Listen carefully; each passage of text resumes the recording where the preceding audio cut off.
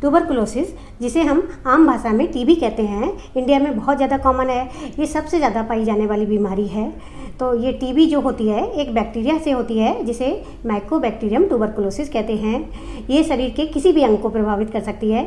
ये ऊपर से लेके नीचे तक शरीर के सारे पार्ट्स को इन्वॉल्व कर सकती है। ऊपर ये ब्रेन को इन्वॉल्व कर सकती है, नीचे गर्दन में गांठें हो सकती हैं। इसके बाद लंग्स या फेफड़ों की टीबी हो सकती है, जिसे पल्मोनरी ट्यूबरकुलोसिस कहते हैं। और पल्मोनरी ट्यूबरकुलोसिस के अलावा शरीर के किसी भी अंग को प्रभावित करती है तो उसे एक्स्ट्रा पल्मोनरी ट्यूबरकुलोसिस कहते हैं। इसी तरह से ये पेट की टीबी भी हो सकती है, जिसे कॉक्स एब्डोमेन कहते हैं। इसी तरह से ये स्पाइन की, रीढ़ की हड्डी की भी टीबी हो सकती है। जब रीढ़ की हड्डी इन्वॉल्व होती है इसे पॉट स्पाइन कहते हैं। टीबी का मरीज जब खांसता है, छींकता है या बोलता है तो उसके बैक्टीरिया, जो टीबी के बैक्टीरिया होते हैं, लंग्स से निकल के, जो कि अपर लोब में होते हैं, हवा में प्रवेश कर जाते हैं। और ये कीटाणु हवा में 3 से 4 घंटे तक सस्पेंडेड रहते हैं। मतलब ये बैक्टीरिया या कीटाणु हवा में 3 से 4 घंटे तक जिंदा रह सकते हैं। इसी बीच इस हवा के संपर्क में कोई भी स्वस्थ व्यक्ति आता है, नॉर्मल व्यक्ति आता है, और जब वो सांस लेता है तो ये कीटाणु उसकी सांस के साथ साथ उसके लंग्स में प्रवेश कर जाते हैं और उस व्यक्ति को, दूसरे स्वस्थ व्यक्ति को टीबी हो जाता है। जब ये टीबी का बैक्टीरिया लंग्स में प्रवेश करता है तो अपने को प्रोटेक्ट करने के लिए अपने चारों तरफ एक कवरिंग बना लेता है, प्रोटेक्ट करने के लिए, जिसे ग्रेनुलोमा कहते हैं, और पेशेंट को कोई भी नुकसान नहीं पहुंचाता है।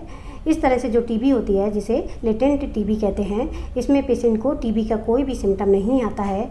डिजीज़ पैसिव स्टेज में होती है, लेकिन ये एक्टिव तब होती है जब पेशेंट को कुछ फैक्टर्स ऐसे होते हैं जो इस बीमारी को एक्टिव कर देते हैं। जैसे पेशेंट की इम्यूनिटी जब कम हो जाती है, पेशेंट का खाना पीना ठीक से नहीं लेता है, पेशेंट में न्यूट्रिशन की कमी हो जाती है, या पेशेंट बहुत ज़्यादा भीड़ भाड़ इलाकों में रहता है, क्राउडेड प्लेस में रहता है, तो ये बैसिलाई एक्टिव हो जाता है, इसे हम ट्यूबरकुलोसिस कहते हैं।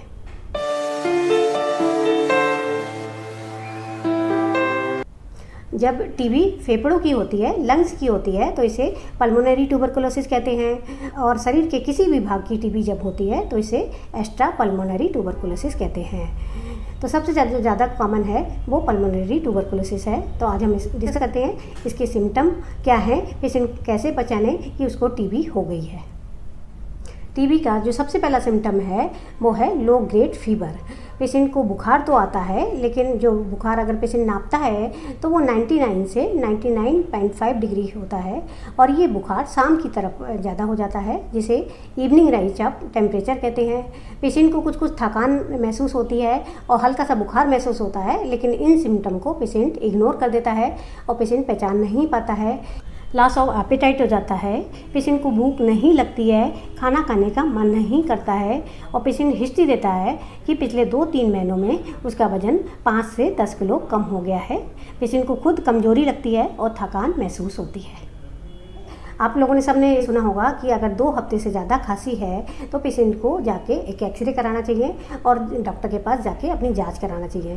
तीसरा जो सबसे बड़ा सिम्टम है, लक्षण है, वो पेशेंट को खांसी रहती है, कफ होता है, परसिस्टेंट कफ होता है, 2 हफ्ते से लगातार बना रहता है, और उसके साथ साथ सांस भी फूलती है। खांसी के साथ साथ बलगम भी आ सकता है। ये बलगम सफ़ेद हो सकता है या हरा हो सकता है, और इस बलगम के साथ साथ पेशेंट कभी कभी खून आने की शिकायत भी करता है। किसी पेशेंट में टीबी का कोई भी सिम्टम या लक्षण नहीं आता है, जैसे कि ना तो खांसी आती है, ना बुखार आता है, ना थकान होती है, परंतु कुछ गर्दन में और बगल में कुछ गांठें उनके महसूस होती हैं, जिसे लिम्फ नोड कहते हैं।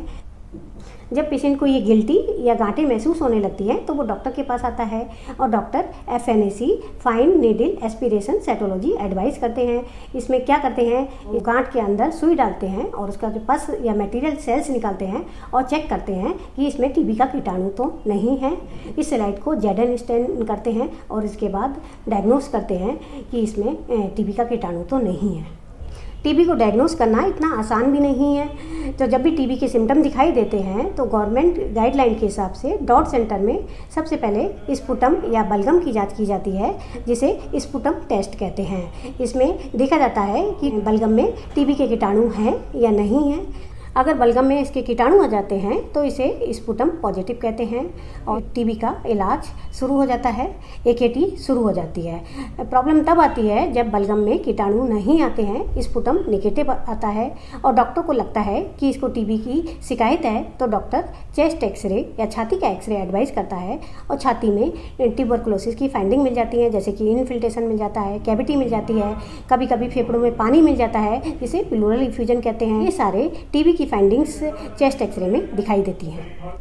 अगर आपको टीबी का कोई भी सिम्टम दिखाई देता है, जैसे बुखार, खांसी, परसिस्टेंट कफ मोर देन 15 डेज, भूख ना लगना, वजन कम होना, हर समय थकान होना, इस तरह के कोई भी सिम्टम दिखाई देते हैं तो तुरंत आके डॉक्टर की सलाह लेना चाहिए, डॉक्टर से एडवाइस करना चाहिए और to be on safer side एक छाती का एक्सरे, जिसे चेस्ट एक्सरे कहते हैं, वो करा लेना चाहिए।